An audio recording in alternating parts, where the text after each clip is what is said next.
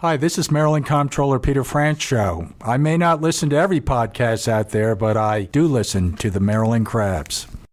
Live from a grungy kitchen table located in Annapolis, Maryland's scenic and historic capital, it's the Maryland Crabs Podcast. With each episode, your hosts, Tim Hamilton, John Frenay, and the occasional guest will dive in and pick apart the stuff that really matters most to you. We're too lazy to actually solve any of these problems, but we can definitely stir the pot. From schools, politics, parking in the fire lane, to those horrible people who drive BMWs. And here with this week's episode, live from the kitchen table, Tim Hamilton and John Frenay. Hey, it's the Maryland Crabs. We're back here again for our regular Thursday episode because we haven't missed one damn episode in 120 some odd, right? Nope, we haven't missed one. You know, what are we, 123 or 122 now? 123. Very cool. Yeah, we haven't missed one. How about that? Last weekend's episode with Ignite. I'm excited for that. I'm toying with the idea of possibly doing it myself. Me too. I'm actually thinking about that. I'm not just saying that, but I'm thinking, could I do something funny, something serious? I don't know. Alex Klein mentioned that he said he was thinking about doing it too. And he says, yeah, but will they be all ready for some geeky kind of spacey stuff? Like biking? And I'm like, talk about being a mammal. And he's like, oh, I never thought of that. So he might go in with a biking thing. Talking about how they can run red lights and all that. Hey, nice Christmas decorations, by the way. Thank you. I've worked by hard that, on that. I mean there are none. I've worked hard on that. I don't get into Christmas. I don't know what it is. It's just I haven't for a while. So it's a little dismal in this house. I'll draw a doodle on my notepad here. It'll be a Christmas tree and a wreath. Yeah, I will put miracle. a wreath up. My daughter's coming back tomorrow, so she'll put something up. Well, it's not like coming back home for the holidays where she's just nestled in just all this warmth and celebratory decorations. Well, she was already here, and then she went back into D.C. to see her boyfriend. Now she's back again, so she can decorate. Well, someone's got to do something. Yeah, because I'm feeling a little down right now. But the Ignite thing, I'm happy about. I'm also happy about Midnight Madness happening tonight. I love Midnight Madness, and I couldn't do it last week because my daughter's got so much homework that we're spending like 3 hours a day. I don't know. I'm all tired of listening to you whine about your daughter's homework. They're not. And that's the nice thing about doing this podcast with an audience. So my plan is to go tonight. So I want to do that because I really had a blast with it. Yeah, it was fun. It was a good crowd last week. And it goes, and that's actually a misnomer. It's not Midnight Madness. It used to be called 11th Hour, but now they're just calling it 3 Midnight Madnesses. But the stores all close at 11. So if you're planning to do your shopping between 11 and 12, don't. What was that thing in West Annapolis they did last night or a couple nights ago? West Annapolis has never done an evening thing. No, but wasn't it an evening thing? No, Frederick Depew at Flamont last weekend had a European Christmas village set up adjacent to the restaurant. It was really, really very, very cool, except that it rained like hell all weekend. Oh. But no, I mean, it really didn't impact it too badly. I mean, it was great. And actually, West Annapolis is really coming into their own now. They're having the Miracle on Annapolis Street on December 30th. And that's the Budweiser Clydesdales that came into West Street last year in front of the Rams Head after the Military Bowl. They're coming into West Annapolis the day before the Military Bowl, and you can get up close and personal with the Clydesdales. They'll have beer, they'll have food trucks, they'll have vendors, they'll have heaters, they'll have heated tents, music, and everything else. It's going to be Vortex is coming in too, like it did last year. Yeah, it's going to be a real celebratory day. It's free for everything except for parking. You got to probably go to the stadium and pay $5 to park. Take your chances at growls. They may tow you. Yeah, maybe. But there are a couple places. But I love West Annapolis. I mean, Evelyn's, the restaurant there, which used to be Regina's, real good, real solid, good place for breakfast. My son was supposed to march in the Military Bowl this year because his PAL football team was undefeated and they won the county championship with Coach Pettibone and all. You said he was supposed to march? He was supposed to, but we're going to be away for New Year's Eve, so we're not going to be here. So his whole team is getting the emails now, and everyone's all revved to do this, and he just lit up like a candle, and I had to say we're not going to be here. You are a shitty father. Well, not just for that, but yeah. But he'll be there in spirit, and by the spirit, I mean he won't be there. Well, I'll tell you what, let's get right into it today. We have sort of a split episode, but it's all on the same topic. And for those that aren't aware, at the end of October, by we, I mean the state, launched a new Chesapeake Bay plate. And they basically gave Joe Barson the boot. No, they didn't. Joe Barson was the one who designed the original. Not the original one, but the second one, the one that's most popular out there now with the heron, and there's a little tiny crab there. The Chesapeake Bay Trust decided they needed to switch it up a little bit, and they put it out for, I don't want to say bids again, but proposals. Yeah. And they've got a new plate out. We talked with the designer, Tina Cardozi, who came up with a really, really good design, I think. And the kind of neat thing about it now is that the technology's advanced since when Joe initially did it, that they can do full color as opposed to spot color. Yeah, spot color. So it's really a very vibrant plate. I like it. I do. I got mine pretty much the first day it was available because I happened to be going past the MBA and said, oh yeah, I want to get one of those. And I had the Maryland flag plate, which I didn't. In print, it looks very good, but when you see it on metal in a car, it doesn't look real good, I never thought. But we talked to Tina about the process of, how the plate was made, how she designed it, where it all came from, how the jails actually made them. And then we popped over in to speak with Jana Davis, who's been on the podcast before, talking about the Chesapeake Bay Trust, and found out exactly how the plate really worked into their whole plans. And I didn't realize it was quite as big of a deal as it was for them. But it was really a complicated process. It was pretty interesting, and sort of up to speed on what the Bay Trust is doing. And we actually spoke to her, like a year and a half ago, Jana Davis over at Chesapeake Bay Trust. And so you want to go back and listen to that episode because that was really interesting to find out what they do. Yeah. If I think about it, I'll try to put that link in the show note if you want. It's not too much trouble. Yeah, I can try that. But yeah, let's get into it. We're going to talk first with Tina Cardozi, and she's with TM Design out of Frederick, who designed the plate. And then we're going to talk with Jana Davis, Dr. Jana Davis, who is the executive director for the Chesapeake Bay Trust. From Main Street to Maryland Avenue, West Street to Ego Alley, and the circles in between. Shop local this holiday season by shopping at Midnight Madness in historic downtown Annapolis, with all stores open until midnight this Thursday. Post a selfie from Snowflake Alley, sip cocoa on City Dock, visit the baby alpacas, and on every street corner, enjoy dancers, carolers, and music. It's Midnight Madness. Visit DowntownAnnapolisPartnership.org. Midnight Madness is sponsored by the Downtown Annapolis Partnership, Sheehy Lexus of Annapolis, and WRNR. When a ring from the United States Naval Academy comes into Zachary's for a center stone, it always makes us wonder, where's this one going? Where's this one been? A nuclear sub in the North Atlantic? A carrier deck in the South Pacific? The moon? 52 astronauts are Academy graduates, from Iwo Jima to Okinawa, Corregidor to the Coral Sea, Midway to the Persian Gulf, Congress to the White House. These rings go where America goes. 73 that went to war were awarded the Medal of Honor. But wherever they go, wherever they may serve, our admiration goes with them. Zachary's. Online at zacharysjewelers.com. More than a jewelry store, a jeweler.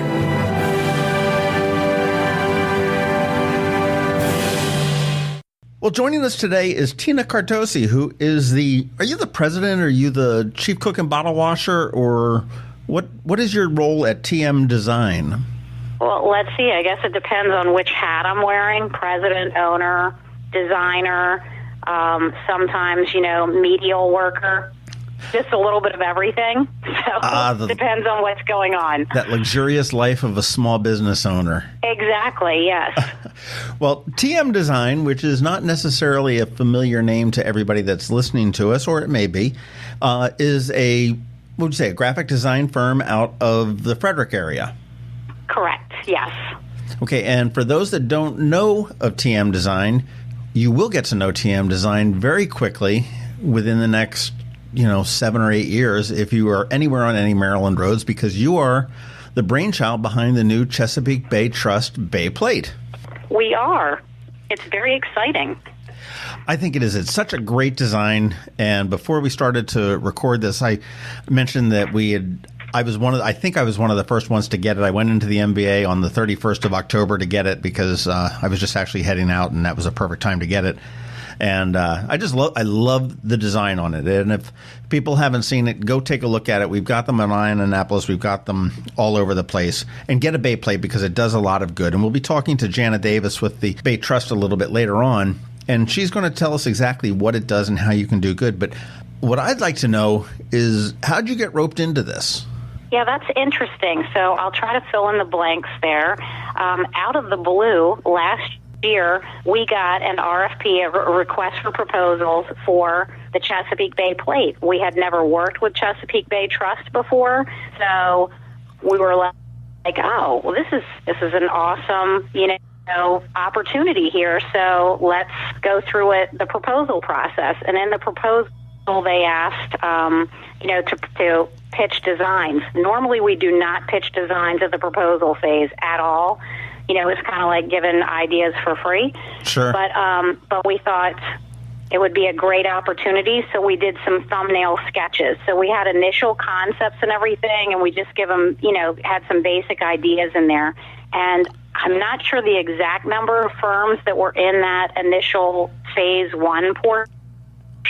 I want to say it was 12 or 13. I'm not sure. Jana can clarify that. So we went into the phase 1, and then they chose, I think, 5 firms based on that, and we tightened all of our designs and created, full color ones. We were hired at that point, like I think 3 or 4 or 5 firms, and they took those designs and went to focus groups.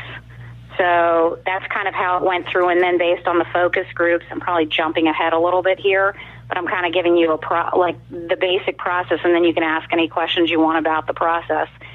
But from there, the focus groups were people from Maryland, from different counties, different walks of life, putting their 2 cents in about the different designs and everything and kind of whittling it down. And our plate was chosen from there, and then we took, it was one of the plates was chosen from there, I should say, was one of the top ones, the one we have here. It's kind of like a little bit of a variation of it, because it originally started out, there were fish in there was a lighthouse, there were all kinds of different things, a little variant, but we always had this underwater concept that was in my head. So that's how it went from there. And then once we went through the phase 1 focus groups, we were actually the firm that was hired to continue through phase 2 and more focus groups. So there's been a lot of input from people in Maryland to get their ideas, and they're the ones that really wanted the Bay Bridge added. Really? So this started out as I'm going to say a concept with you as opposed to a design, and then through the focus groups, Correct. It sort of gelled its way to where it is. Correct. Now, we did have other designs as well that we were pitching in, but one of the main ones that I had in my head was this underwater idea, because I really wanted people to resonate with, the actual nature and underwater concept of feeling almost like you're there, as opposed to just, you're kind of taking a step back and there it is, and plus the realistic style of illustration. Well, the way it looks, for those that haven't seen it yet, it's almost, I'm going to say the bottom third, and I'm sure my dimensions are off, are essentially underwater. So it's almost like you've got a camera that's under the water and looking on top. And on top, you've got the Bay Bridge, you've got the beautiful blue sky and some clouds. And underneath, you've got bay grass, you've got Chesapeake Bay blue crab, of course. And, just the water and how we're all tied into the bay. And I think that's just really sort of fascinating that you were able to take sort of that split focused or split screen type of a design on that. Thank you. Yes, yeah. It was just really neat, and just to see how it's progressed through there, and just getting feedback from different Marylanders on that and their likes and dislikes, and a little bit larger crab, or they want more of this, or the sky darker, the sky lighter, or more clouds, or, they just, had differing opinions. And that's how the Bay Bridge came into play, to adding that on there, and it really added a whole new dimension to the plate. It really did. Well, thank God nobody said, hey, we need more of that Fort McHenry and that ugly red, white, and blue blue thing that Governor O'Malley wanted to have in there. I mean, granted, there were some suggestions that we were not going to put on the plate. We took the suggestions that were like more of a majority suggestion, as opposed to there were some interesting suggestions as well.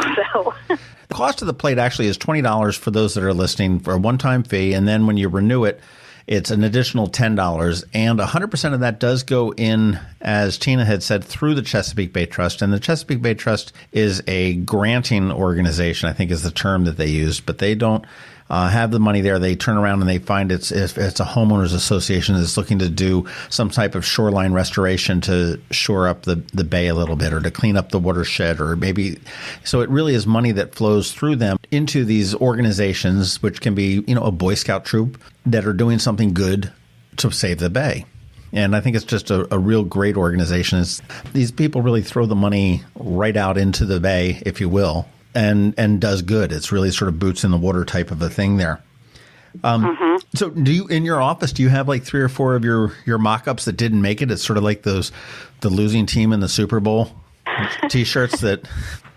Well, this was our favorite out of all of them, so we were thrilled when they picked it. We do have, we don't have them printed up hanging on the wall like with a second place ribbon hanging on of them or anything, but we do have them, we always back up everything, so we have all of those files as well, and we did use different styles of illustrations on several different plates because we wanted to test to see, do people really want the realistic illustration, and we had this version of the realistic illustration. We also did a blue heron in the realistic illustration style, but we also did, another style of illustration that was a little more similar to the previous plate, because you want to make sure that people in Maryland are happy with what it is. It's not just about us, or not just about the Chesapeake Bay Trace. It's about the trust. It's about the general public and what everybody really would like and what they would like to put on their car and be proud of in order to support the Chesapeake Bay. How has it been? Have you heard any feedback on how the plate has been received? Everyone I've seen, I haven't seen that many of them out because people aren't necessarily renewing their cars immediately in the last only 2 months that it's been out there. Right. I'm seeing more and more every day, and I know people that stop me go like, "Oh, I thought you were from Maryland." And I'm like, "Why?" "Oh, you got a different plate." And I'm like, it's not recognizable yet because it's not, not as many people have it. This is the new Chesapeake Bay plate. I catch people staring at my plate. It's funny. I catch people staring at my plate because I think they're trying to go, what state is that from? And, they're trying to look at it and everything. From what I understand, Chesapeake Bay Trust received some statistics from the MVA from the October, but there's not really a lot because, it came out in late October. They hadn't received the November statistics, but I know the big difference is for this plate is compared to the previous one, to Joe's plate, is when theirs came out, there was a plain Maryland plate. It was just black letters. There wasn't any design to it.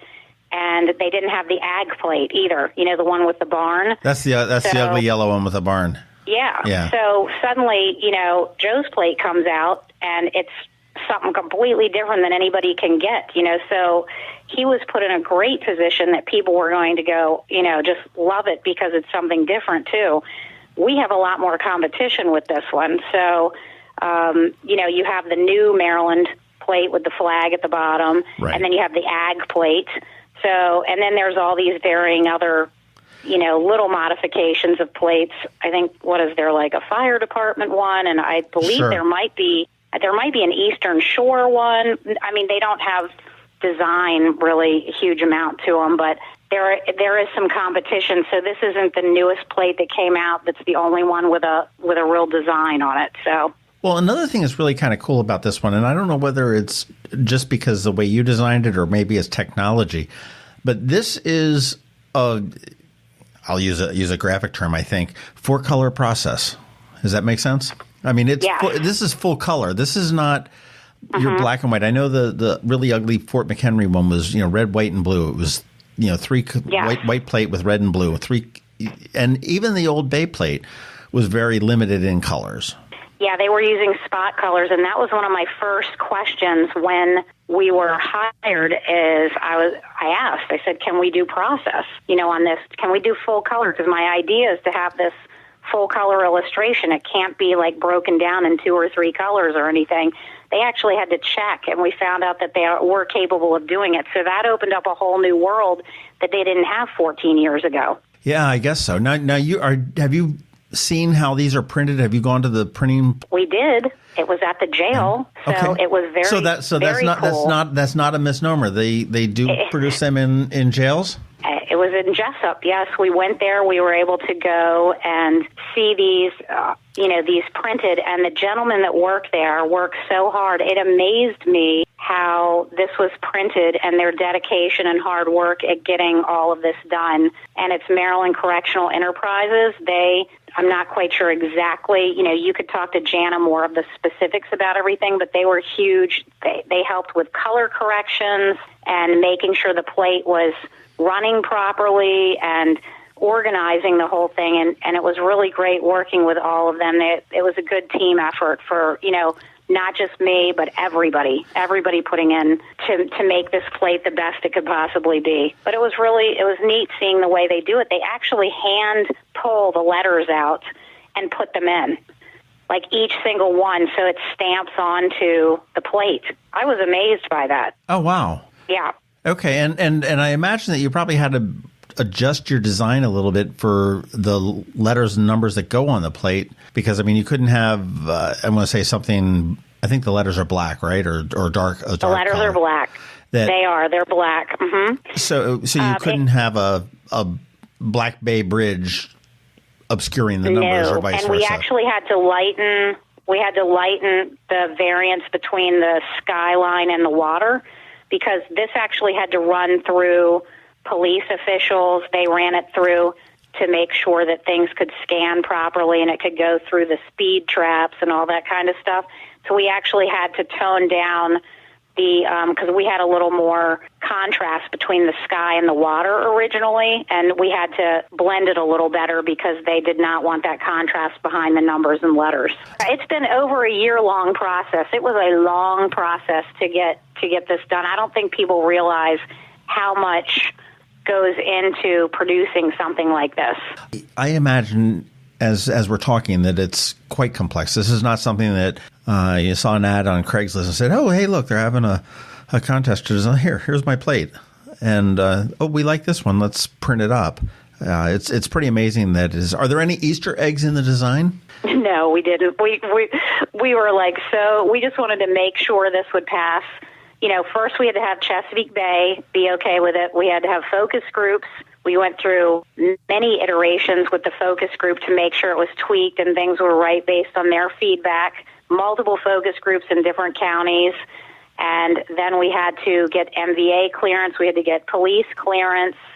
It had to run through Maryland Correctional Enterprises to make sure, that things were, the files were submitted right and it was printing right, and then they would test print and adjust colors, and it definitely was a process, and it was a huge team effort. Many, many individuals to get this plate finalized. Well, I don't know how good the MVA is. We've got a local car around here with, I can't remember what plate it has, but if you write it down and look at it like in a mirror, you might see what it says, but it's 370H55A. And I see it around town a bunch of times. I'm like, how did that ever get past the MVA?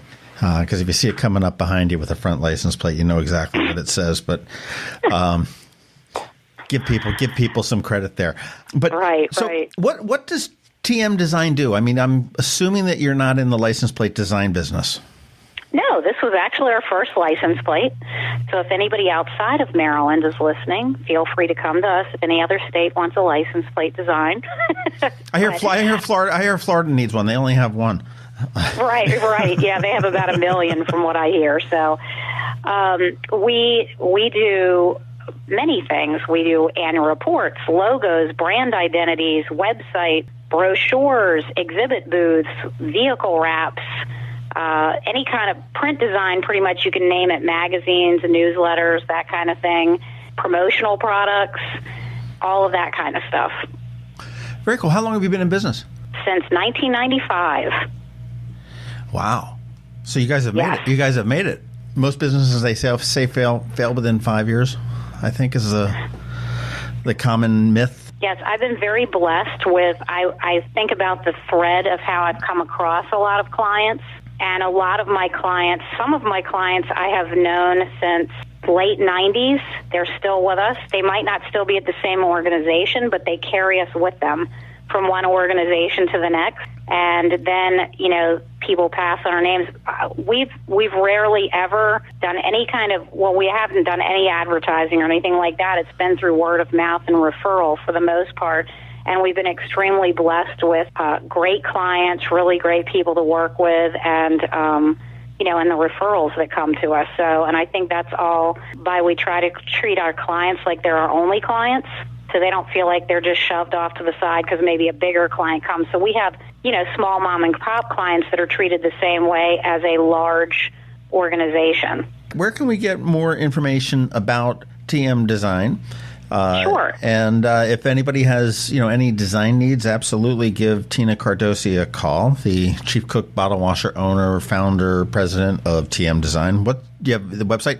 We do. tmdesigninc.com. It's T as in Tina, M as in Mary, designinc.com, or you can just give us a call, 301-831-1114. What's the M stand for in TM?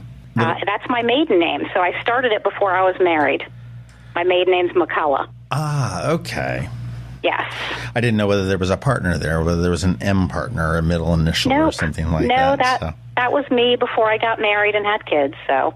Have you always been up in Frederick area? Originally started in Germantown. Okay. So then, kind of moved out a little bit. So, grew up in Montgomery County.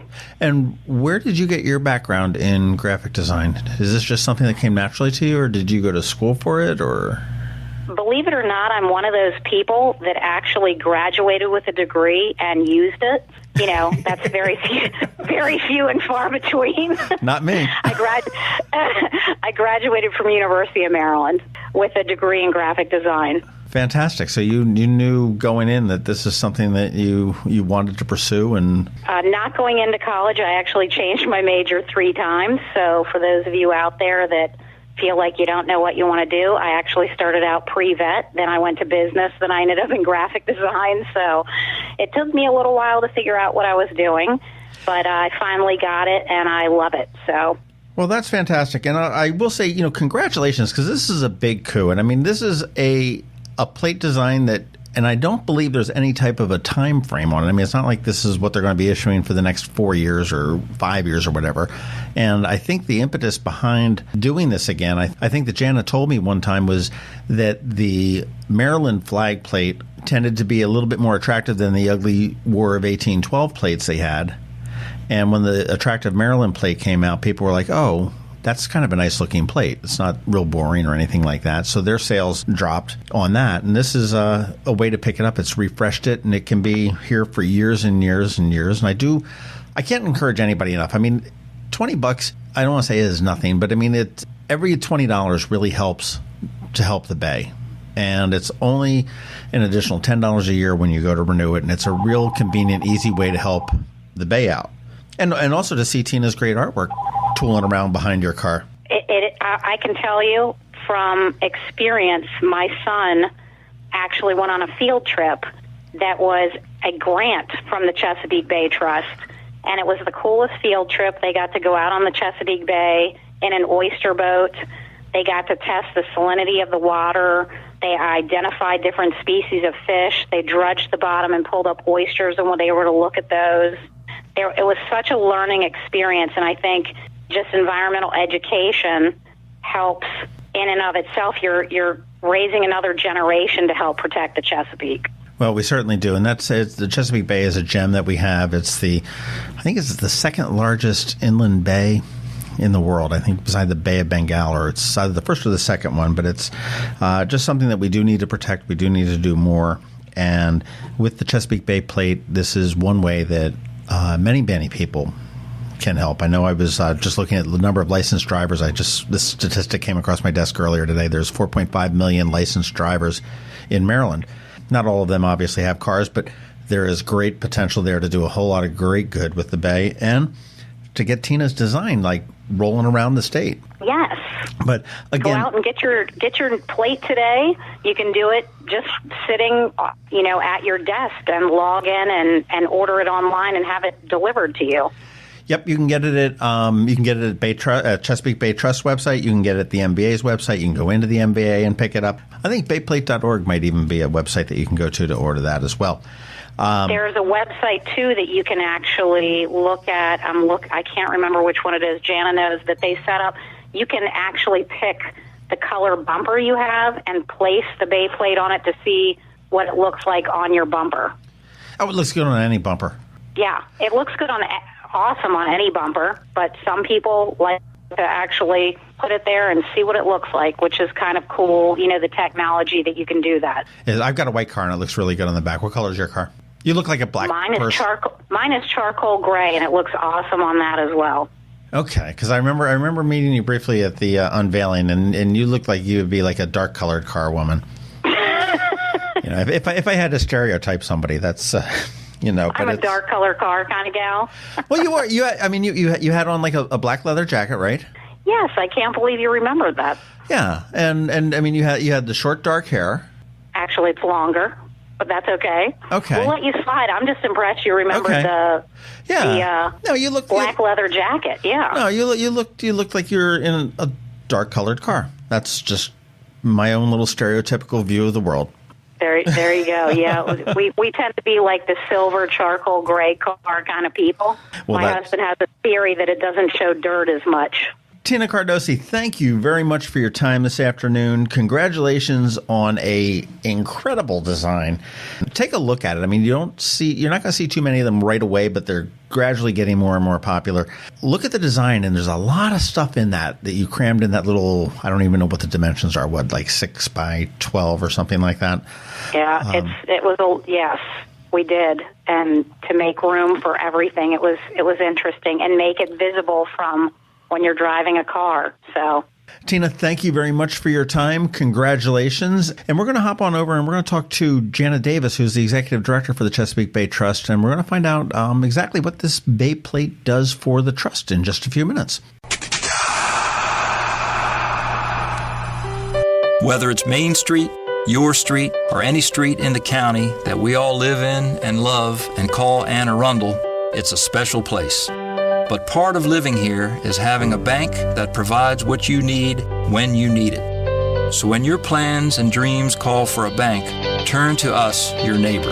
We're Severn Bank, supporting the community that supports us. I'm Alan Hyatt, chairman of Severn Bank, and it's our honor to be the bank that serves the people of Anne Arundel County. One thing that we never forget is that as a member of this community, it's our responsibility to be committed to helping you and our county thrive. Like you, we live here, we work here, and we play here. Severn Bank, we're here with you. Online at severnbank.com. Member FDIC, equal housing lender. Severn Bank is a trade name used by Severn Savings Bank. Very few things in life are so precious and so irreplaceable that we all must do our part to protect them. The Chesapeake Bay is one of those things. You can do your part by contributing to the Chesapeake Bay and Endangered Species Fund. It's that little line item you'll see at the very end of your Maryland tax return. Any amount you give makes a difference, and it's tax deductible. I'm Peter Francho, Maryland Comptroller. Our bay and rivers thank you. Learn more about the Chesapeake Bay Trust at cbtrust.org. Well, here we are with Jana Davis, who is the executive director of the soon-to-be-moving Chesapeake Bay Trust. And we're in her office up on the 4th floor on West Street. And I just learned that you're moving over to Eastport. We are. That's exciting. Puts you right in the heart of a little bit closer to the Chesapeake Bay than West Street, I guess. It does. But you're not as convenient to 49 West and some of the restaurants, but you've got some good stuff there. Have you been to Bread and Butter Kitchen? Yeah, love that place. Yep. Okay. That's probably one of the only reasons that you need to move over there. That's going to be our new hangout. But we had a great talk with Tina Cardosi, who was the designer behind the newest Bay Plate, which I love. I think it's a great design. I think it's. I was really excited when we saw you unveiled it back in early October, and it's how she came up with the design, and she talked about the process of getting it through and having the prison in Jessup actually creating these, and the hassles with the police to make sure they'll be able to read by the sneaky cameras that want to give you tickets and everything else. I have a lot of respect for all the law enforcement folks we worked with. I understand they have their perspective. Without a doubt, yeah. Without a doubt. But the Bay Plate has been around. This is we were trying to think. This is the third or the fourth iteration. Third design. Okay, and the Bay Plate to me is a no-brainer. It's a one-shot deal of $20 to get the plate, and you can do that midterm of what you can do it whenever you want. Yep. It'll cost you $20 to do it. Yep. And then when you renew your plate, which is a 2-year thing, I think it is in the state of Maryland, it's an extra $10. So that $20 or $30 or $20 or $10 goes right to the Chesapeake Bay Trust, to the programs that you guys help to fund. Yes. We all love the Bay. We all realize how important it is to our way of life, our ecosystem, our enjoyment, our environment, and everything else. All of us don't have thousands of dollars to contribute to this charity or that charity or to even the Chesapeake Bay Trust. But boy, just a real quick, register your car, which we all need to do if we have a car, is a real easy way to do it. I agree. Again, as you mentioned, people don't have a lot to give. Times are tough for a lot of people, but it's so important, I think, if you want to give, to do it this way for no other reason than it's an advertisement to everybody around you who's driving around in front of you or behind you that you support the Chesapeake, and so can they. So in addition to the $20, you're advertising the plate, which is great. And it's a very good looking plate. It does look very good on your car. And I know you've got a section of the website where you can actually put in your car make and model and color. Yes. And see what a fake license plate looks like on the back of it. Right. It's a fun site called bayplateme.com. And so you can choose the color of your car and the general style of your car and kind of test it out. I'm excited as I drive around, and I'll say in the last month I'm starting to see more and more and more of them.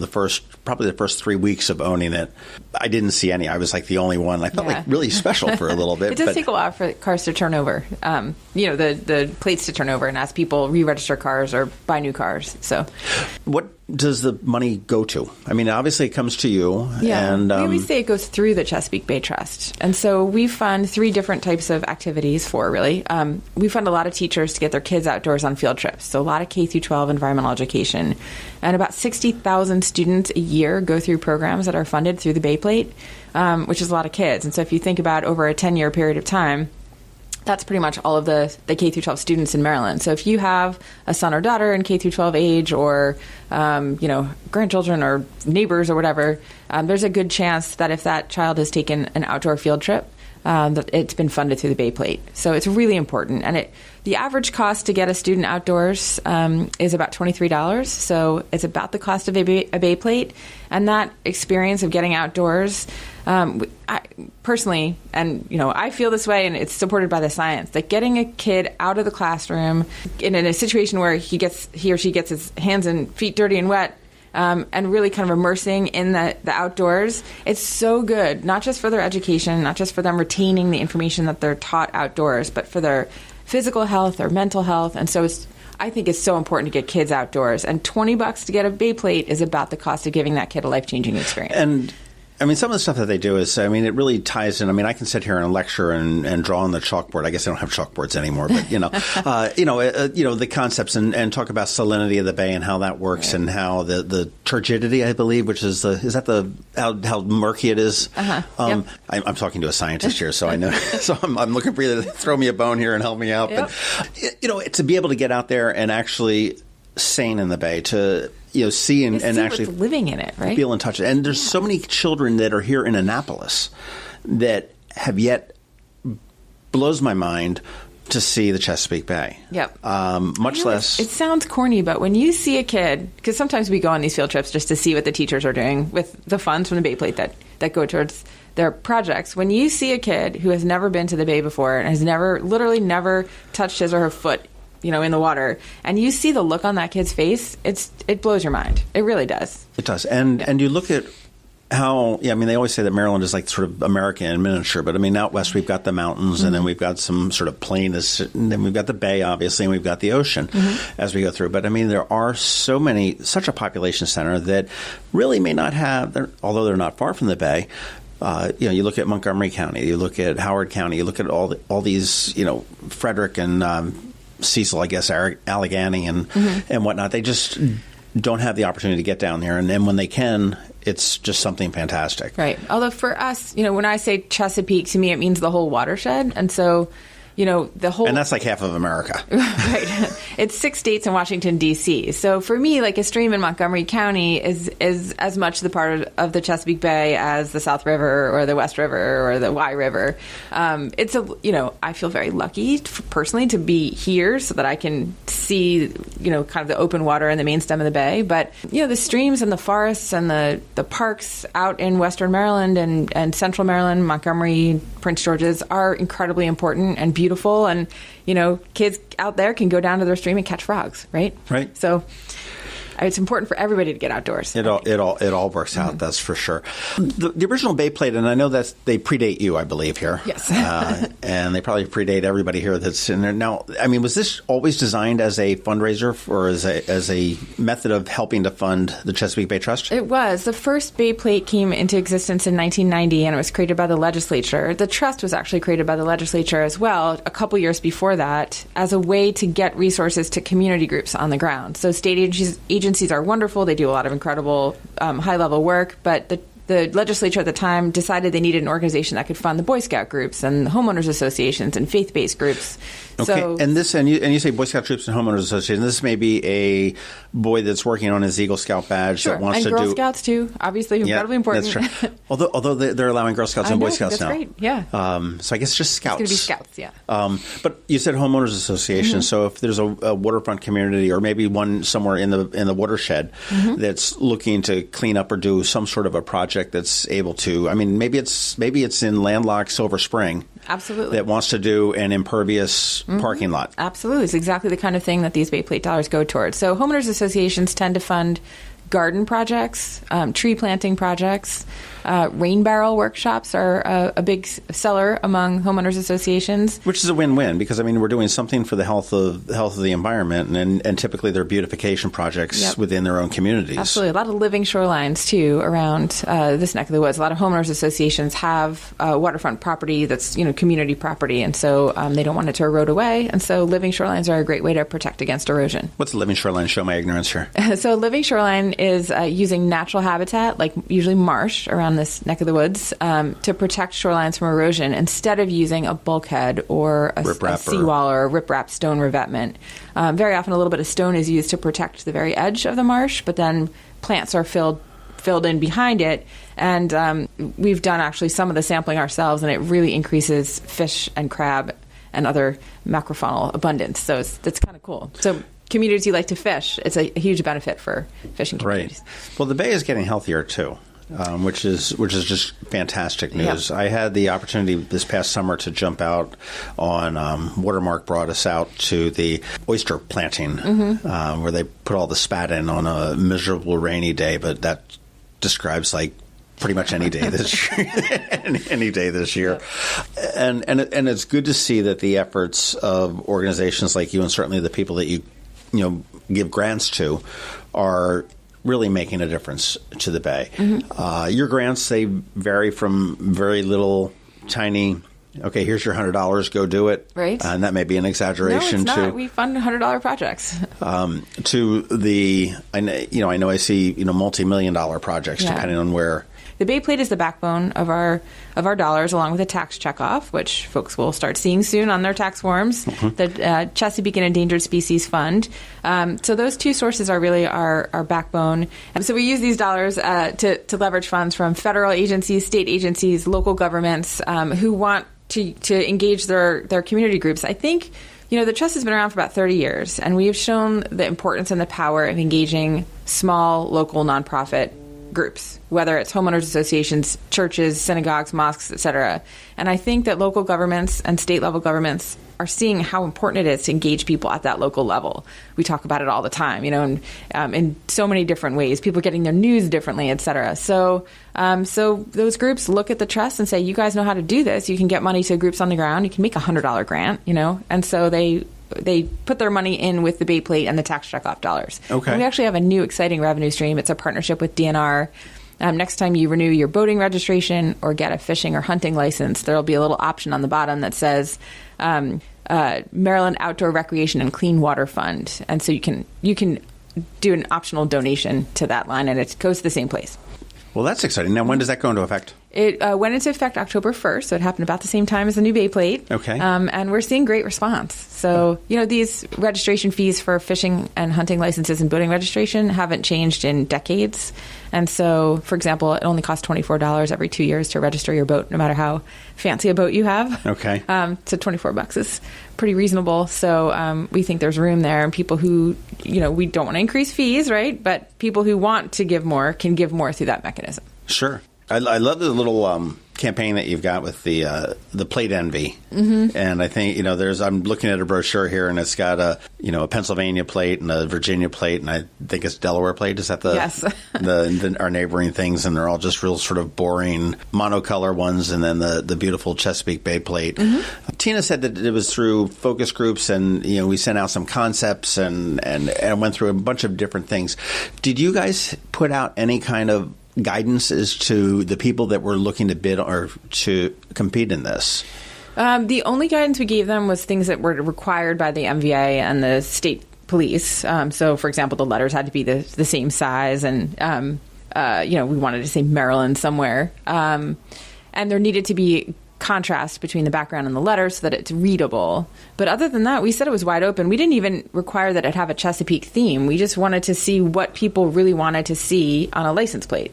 We didn't specify, and we tested. I don't know if Tina gave you the whole background, but we tested about 250 designs over the course of this year-long project. We started with 19 designers who responded to an open call. They gave us a few initial ideas. We then chose 4 designers to go through the first phase of a public opinion poll, and there were designs that were all over the color spectrum, all different icons, a lighthouse, a fruit basket, whatever. It could have been anything on there. And then we did some public opinion polling and focus groups. And again, we didn't kind of drive it towards a blue theme or a bay theme, an open bay theme. There were lots of examples that had flowers on them, for example. And so the focus groups kept repeatedly coming up back to this whole Chesapeake theme. And what we learned from those focus groups is that people, no matter where they live in Maryland, Garrett County, Washington County, wherever, they love the Chesapeake Bay. It's part of Maryland's culture and history and pride, and so they wanted to celebrate it. It is exactly. It is a source of pride to what we have. I mean, we're the largest inland bay, but inland estuary in the country.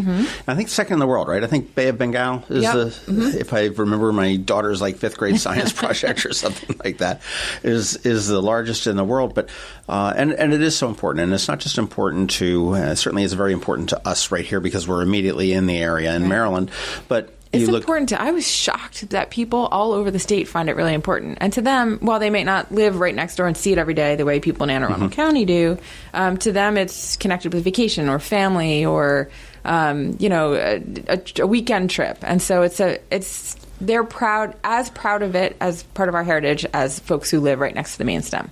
You'd mentioned the tax box, and we're getting close to tax season, unfortunately. At the end of the year, you got to look at the start thinking about it. But that's another easy way for somebody to help support the Bay Trust. Yes, and it is, of course, tax deductible. So it's a line you'll see. Most of us don't fill out taxes paper-wise the old way. Right. But whether you do it through an accountant or you do it through an online program, there'll be a little option that says, would you like to donate to the Chesapeake and Endangered Species Fund?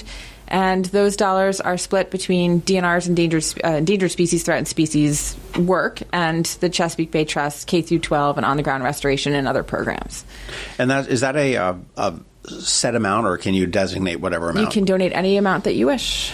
And honestly, people, we say this all the time, every dollar matters. We take every dollar seriously. We know it's everyone's hard-earned money, but even donating $5 makes a difference. Well, one thing that I like about the Bay Trust as opposed to, some of the other organizations, and I don't want to say larger because you guys are not real small, but you guys operate pretty much on a shoestring.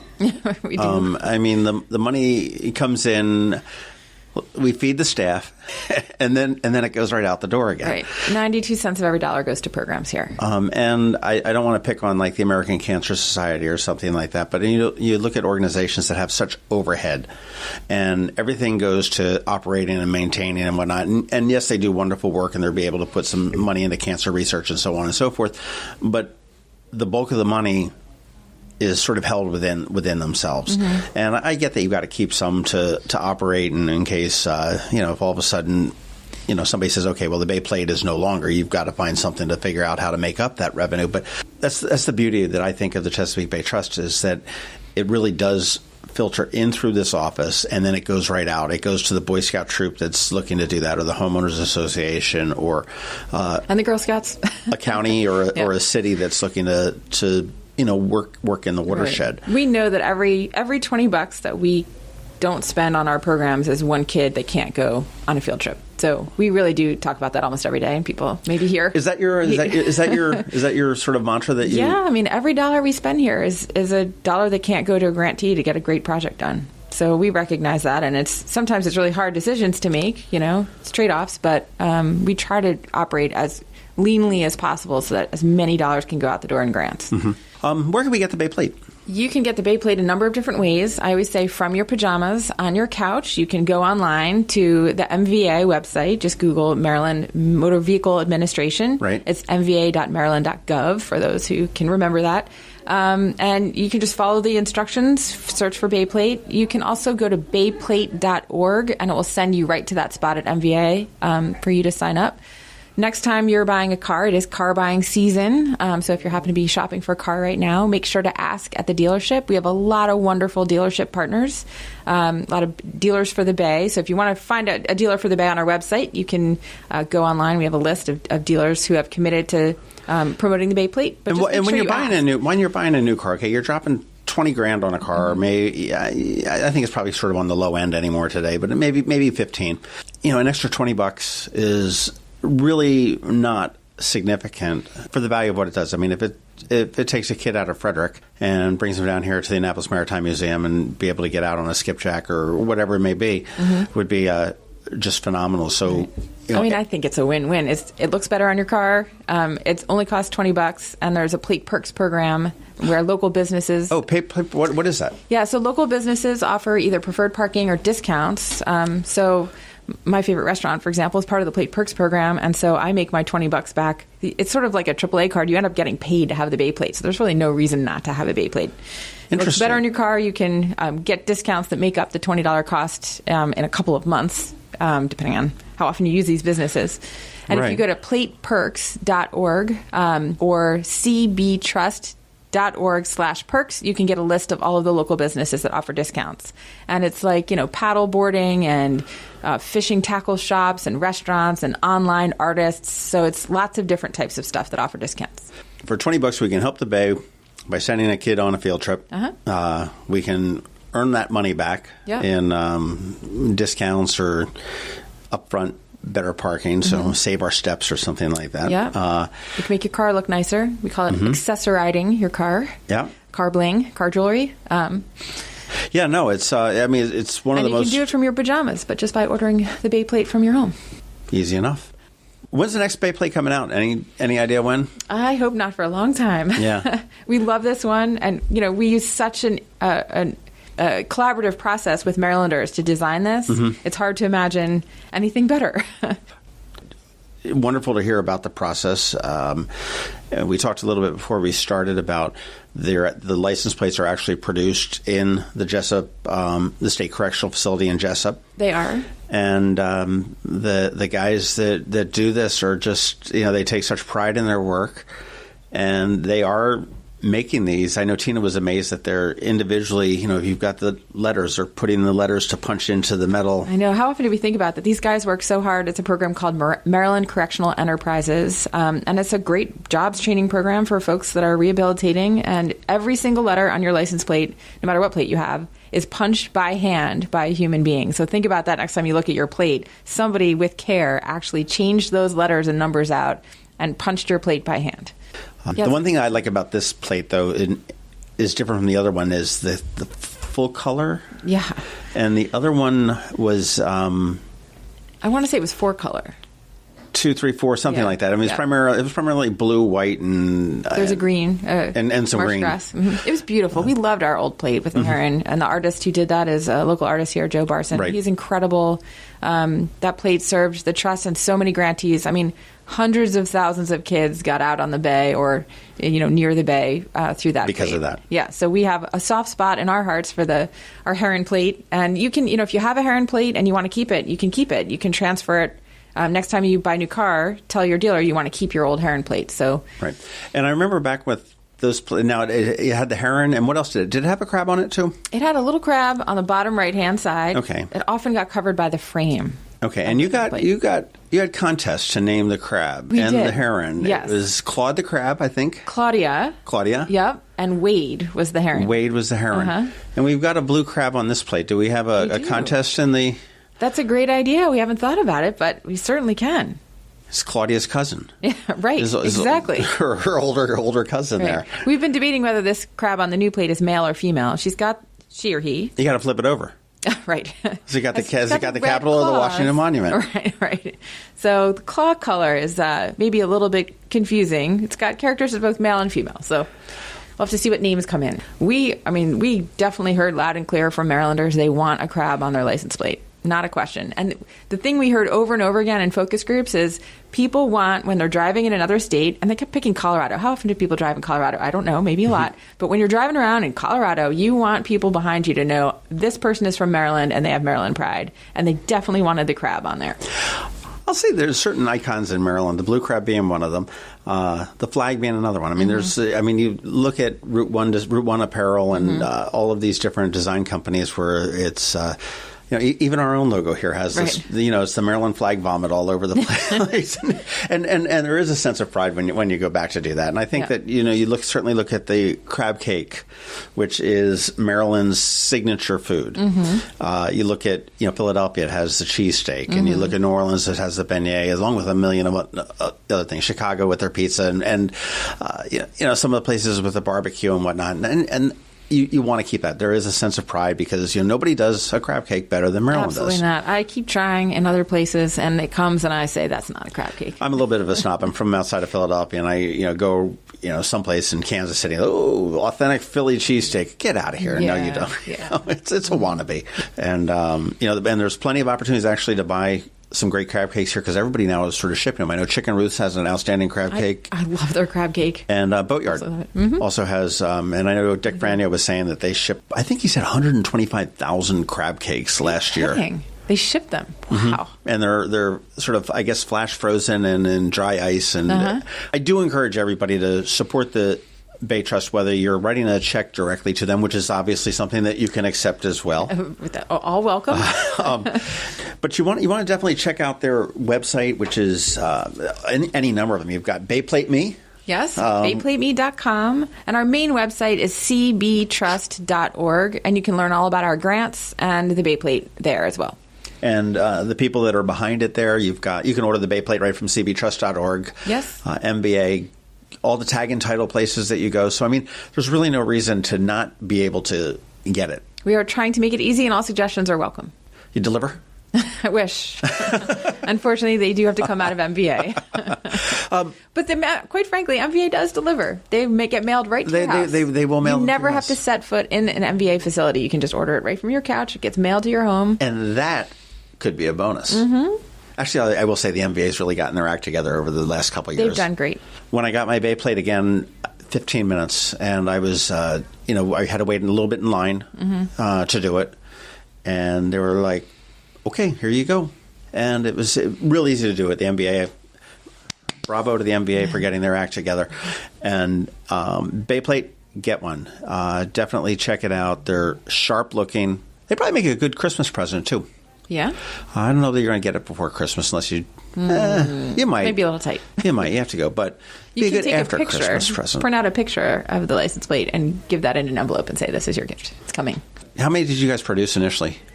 I think the first run was 24,000. Oh, wow. And they're actually running out of them. So they're about to... I think they're in the middle of doing a second printing, Can you do custom plates with these? Yes. I see this one has, the sample you have says ask for me. Yeah, you can do that. It's the same additional cost as a normal personalized plate.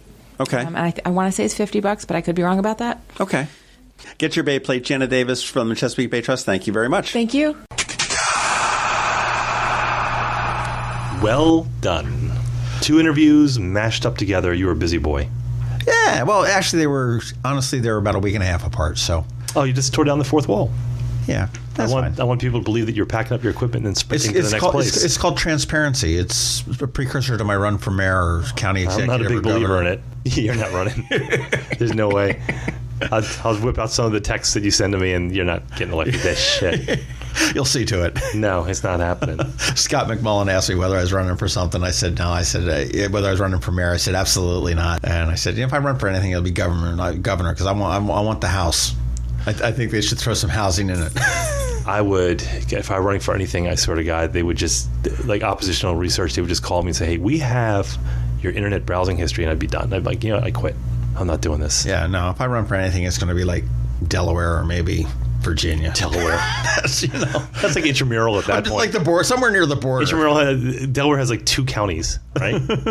But yeah, no, I thought it was very interesting with the plate and everything else and how it came about. I thought, Chesapeake Bay Trust, I learned that they're moving. Mm-hmm. They're moving over to, I guess, Severn and like 1st and a Half Street in an old sail loft there.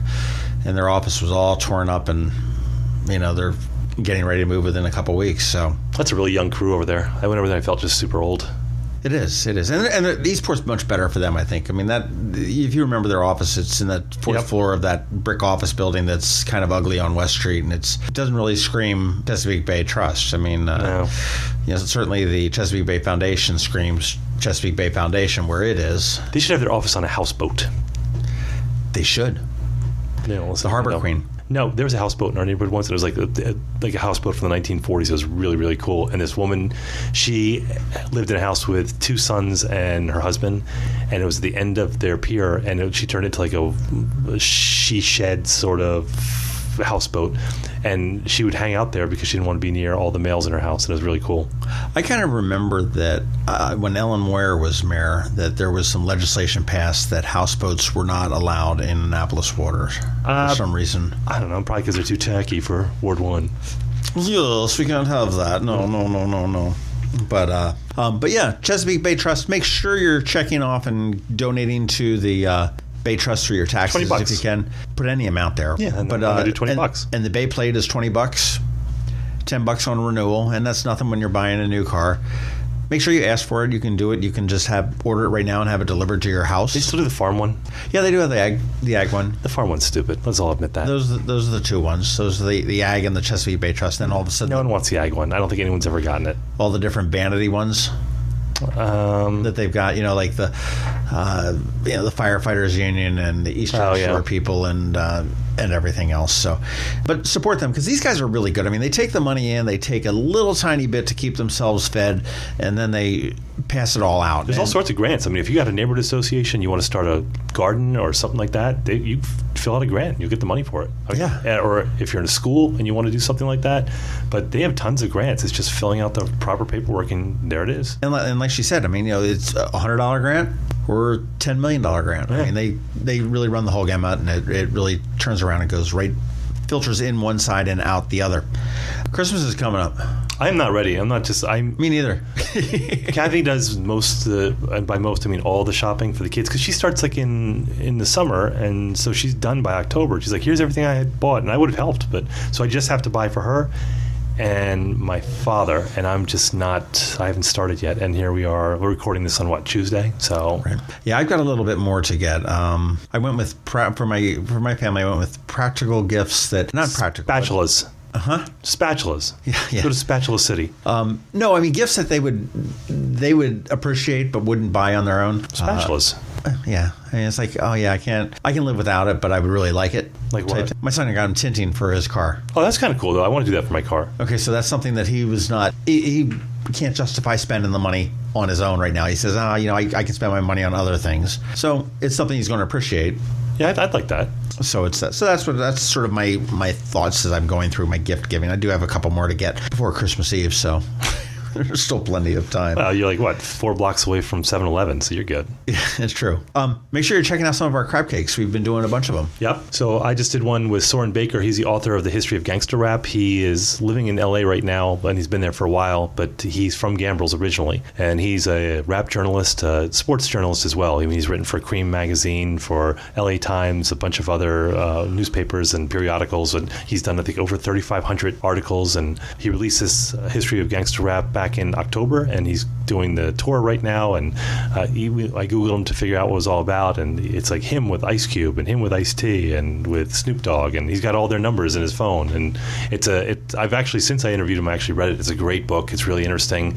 It's kind of, I came of age during when I was in college. That's when it all kind of blew up, and being a geeky white kid from the suburbs, of course, I was drawn to it, but it was a great interview. He was a good guy. Local boy made good. So it's History of Gangster Rap. So if you don't buy the album, which a lot of you won't, but check out the interview. It was an interesting interview nonetheless. Well, that's cool. Yeah, and I've talked to a couple of people that have showed up at Ram's Head. Lissy, who's actually sort of my musician crush. I mean, I think she's like so cool. She said like, screw you, or well, actually the album dropped her, or the label dropped her, and she's like moved to a farm in Iowa, and she's doing really well, and real good sort of Stevie Nicks, Cleveland Mackey kind of sultry thing, and Stephen Kellogg, who I had a real fascinating time. I talked to him actually on his birthday, and he's coming in Ram's Head, I think, on December 28th. So that'll be after this. So get a ticket. That'll be a good show as well. We got some more coming. We have some more scheduled. I think we're both we got some crab cakes scheduled to be coming up here. So you talked to Paula Poundstone. I mean, she's already gone to the Ram's Head. Yeah. I was very, very proud of you. You actually told the listeners that were listening to it who you were talking to this time. I worked her name in there. I just thought it was a little important to do that this time. But she was fun. I mean, it's whenever I talk to her, and I talked to Rita Rutner over the summer, and these are all people who are like legends. I mean, I was in high school watching them, so it's really weird when I'm talking to them on the phone. I'm like, I have their number. That's actually, funny. Paula Poundstone's, she's the only one who is called from a blocked number, so she's the only smart one out of all of them so far. Everyone else, I have my number. Lissy was smart as well. They said, oh no, we don't want you calling, and nor do we want to call you. Yeah, that's smart. So here's the toll-free conference call number. That's the way I would do it if I were dealing with us. But I've got a couple phone numbers that are. You want to call Rita Rutner at 3 a.m? We can do it. That'd be a great podcast, wouldn't it? Yeah, although it'd only be like midnight her time, so it wouldn't be that bad. No, that'd be great. We should do that. We should look to see the numbers that we've collected. Yeah, and just ring. Hey, remember us? Actually, that's actually a pretty good idea. The Drunk Anonymous Phone Call Podcast. Remember that time you were on that little unknown, no-name podcast? Yeah, in Maryland. Who are you guys again? The Maryland what's? That's funny, but I was with Paula Poundstone. I was totally impressed because I remember listening to it was John Reap. Yeah, and I'm listening to it. It was a great interview. You'll go back and listen to it, but before you go listen to it, just remember that he's talking to John Reap because you didn't tell anybody. Well, his name's in the title. Tim talks with John Reap, so I just assume people would think. Nobody reads those things. They push play and put it in your headphones. I would assume that the title's going to be a little bit of a hint. Anyhow, well, if you've got any hints or any ideas for us, please give them to us. Anybody may want to come on to the podcast as a guest, or if you've got an idea for somebody that we should hunt down. Because we're planning out the year. By planning out the year, I mean we're not. So we need suggestions. They're winging it. But you can do that. You can get in touch with us by email at info@themarylandcrabs.com, or you can go to Facebook, right? Yeah, we have a group and we have a page. Right. You can go to Twitter. Well, everybody can but you. Yeah, I can't. Yeah. MD Crabs Podcast. Right. And we've got this new fancy call text back line, which actually I share with my daily news brief. I did get one for my daily news brief. You can call and leave a message. We don't answer it. So you can leave a message, be anonymous if you want, or send a text message. Yeah. And we'll include that there. But if you've got ideas, get onto iTunes and rate us, because that helps us too. That helps us move up in the charts and all of that kind of stuff, and gets us more and more exposure. And the other thing is, if you enjoy these things, recommend us to your friends. It's Christmas time. Give them the gift of the Maryland Crabs. Oh, yeah. That's a gift that keeps on giving. How was that? Was that good? Yeah. Give them the gift of the Maryland Crabs. Yeah. Here they thought they were getting something to eat. Get them a subscription, which costs nothing. But that's that. Have a wonderful Christmas. Have a wonderful holiday. We will be back after Christmas, so 25th, 27th. Mm-hmm. I guess that would make sense. And we have no idea what we're going to be talking about. No. Maybe we'll talk about what we got for Christmas. Hey, your dad's coming into town. Why don't we talk to him? Have Dad on the podcast. That would be interesting. We could work some stuff out on air. I'm kidding. You just looked at me. No. All right, well, there you go. Merry Christmas. This has been the Maryland Crabs Podcast with Tim Hamilton and John Fernay. Sure to follow them at all the regular places, Facebook, Twitter, YouTube, and online at themarylandcrabs.com. Take a moment to rate us on iTunes. Now, get the hell out of my kitchen. Seriously, go! You're still here? It's over. Go home.